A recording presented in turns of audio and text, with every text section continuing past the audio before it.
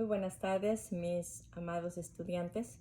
Nuevamente regresamos para tomar inicio a lo que es el último capítulo de esta materia, la victoria en el sufrimiento. Esta parte es muy hermosa porque tenemos una porción bíblica en Primera de Pedro 4, 12 y 19. Ustedes pueden ir a su material en la página 76. La página 76, Pedro le está hablando a los hermanos y les dice: amados, no os sorprendáis del fuego de prueba que os ha sobrevenido. Significa que también nosotros tenemos la situación de tener sufrimiento, pero que aún en el sufrimiento nosotros podemos ganar la victoria de todas las cosas que nos pueden llegar a suceder. Dice, como si alguna cosa extraña os aconteciese. Significa que el sufrimiento es parte de nuestra vida. Es parte, sí, mi hermano. Desde el momento en que llegamos a esta tierra, por el nacimiento de nuestros padres, nosotros ya venimos a un sufrimiento. No debiera de ser así, no nos gusta la palabra, no quisiéramos haber llegado a este mundo para eso. Pero si usted se da cuenta, cuando un niño nace, desde el momento en que nace, ya el niño viene con una situación de sufrimiento juntamente con su madre. Después de un minuto de nacido, el niño ya es un minuto viejo. ¿Y cuántos niños fallecen al momento de nacer? Entonces venimos ya con esa situación como producto de el pecado que trajeron nuestros primeros padres. Entonces no debe de ser como si alguna cosa extraña, como si algo fuera de lo normal, como si algo nos está sucediendo que no está correcto. No es así, mi hermano. El sufrimiento es parte de la vida del ser humano. Pero en este momento quisiera centrarme más bien en la vida del creyente. En la vida del creyente, porque dice que no nos extrañemos que como si alguna cosa extraña os aconteciese, sino gozaos por cuanto sois participantes de los padecimientos de Cristo, para que también en la revelación de su gloria os gocéis con gran alegría. Sigan ustedes leyendo esta porción bíblica tan hermosa hasta el final, y entonces ahí nos encontraremos que el sufrimiento viene a formar parte también de la vida del creyente. El creyente no está exento. Si a usted le han dicho cuando se convirtió que todas las cosas iban a ser mucho mejores, que usted no iba a volver a llorar, que usted no iba a volver a sufrir, que usted no iba a volver a experimentar tristeza, que usted no iba a volver a experimentar quizás hasta deseos de desaparecer del mundo, le mintieron.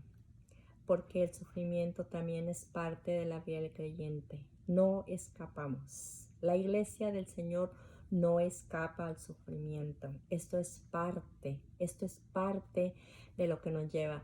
Pero la grande maravilla, la buena noticia, es que a nosotros los creyentes el sufrimiento nos ayuda de muchas maneras. Al impío, el sufrimiento le ayuda a veces para tomar malas decisiones, por ejemplo, sufrimiento de un matrimonio, un divorcio, sufrimiento de una situación que no puede más tolerar, el suicidio. Pero para el creyente no, el creyente que cae en ese estado de sufrimiento, Dios tiene la solución, pero también tiene un plan definido para que este creyente pueda caminar en las cosas que Dios le va ayudando y le va guiando y lo va refinando.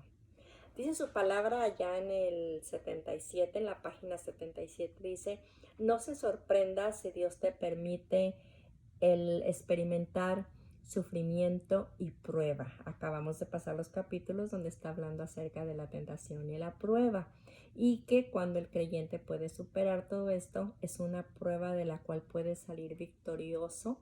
¿Por qué? Porque Dios no ha dejado de mirarlo, no ha dejado de quitar sus ojos de este creyente.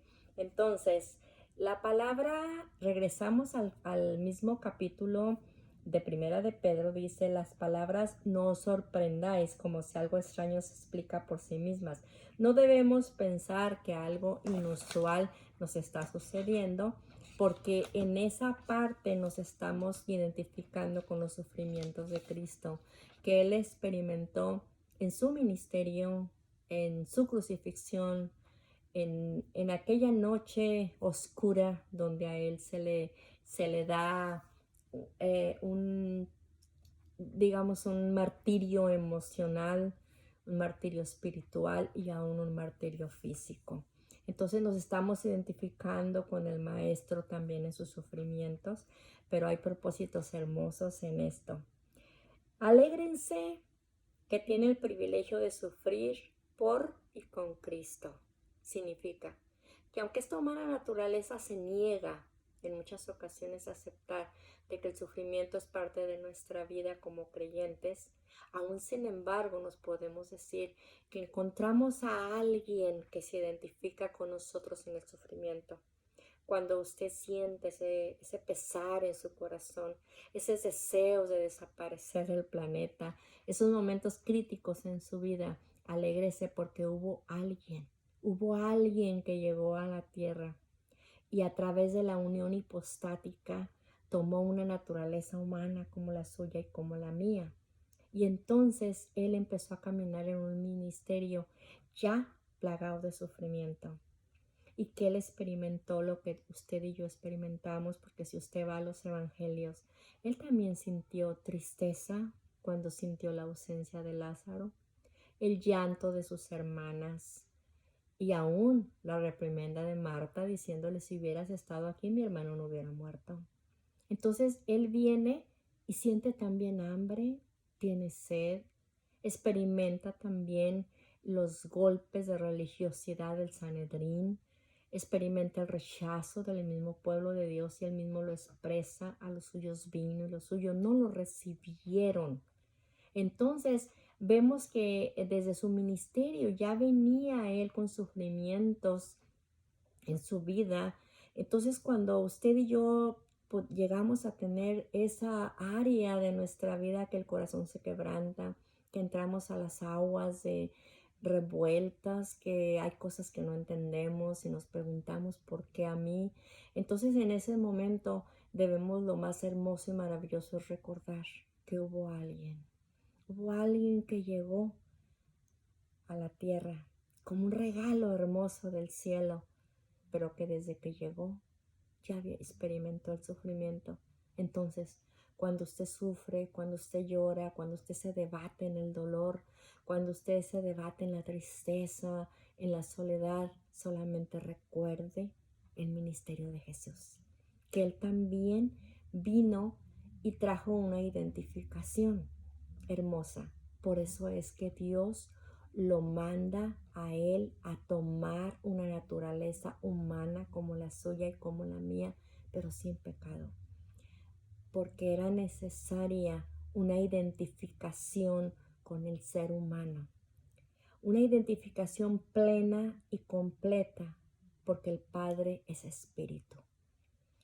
El Padre es espíritu y Él tenía que mandar a alguien que tomara una naturaleza como la de la humanidad caída, para que pudiera haber una identificación correcta, plena, completa, y de esa manera, cuando usted y yo lloramos, le podemos decir al Maestro: tú también tuviste tristeza, tú también tuviste soledad, tú también estabas en un jardín del Getsemaní, y tu tristeza era tan grande y era tan fuerte que aún de tus lágrimas eran de sangre, tus emociones. En la cruz del Calvario, la ciencia médica cristiana que se dedicó a investigar cuáles fueron las verdaderas causas de su muerte, dicen que fue estallamiento de corazón. Y esto es porque él sintió el abandono también, no solamente de aquellos con los que había caminado en la tierra, sino el abandono de su Padre. Y él expresa y lo dice: Padre, ¿por qué me has abandonado? Entonces, cuando nosotros experimentamos el sufrimiento, Dios está teniendo dándonos una identificación con su Hijo de una manera plena y hermosa. Entonces, por eso Pedro dice, no os extrañéis, como si alguna cosa extraña nos estuviera pasando, como si fuéramos seres de otros planetas. No, es una identificación con el Maestro en medio del sufrimiento. Dice la página 79 que no hay nada de qué avergonzarnos si tienes que sufrir como cristiano. Si los malhechores, los impíos, a veces sufren por sus impiedades, por sus pecados, por sus negligencias. Y en muchas ocasiones, en medio de ese sufrimiento, no se avergüenzan, sino que continúan adelante cometiendo lo mismo. Entonces, ¿por qué nos vamos a avergonzar nosotros los creyentes si tenemos que sufrir como cristianos? Todo al contrario, tenemos que tener un gozo enorme en nuestro corazón, allá en las profundidades del corazón, un gozo en el cual nos podamos sentir que verdaderamente nosotros estamos sufriendo como creyentes. Deja que tu sufrimiento te llene de profunda compasión por aquellos que no son salvos y que esperan el gran juicio del trono blanco.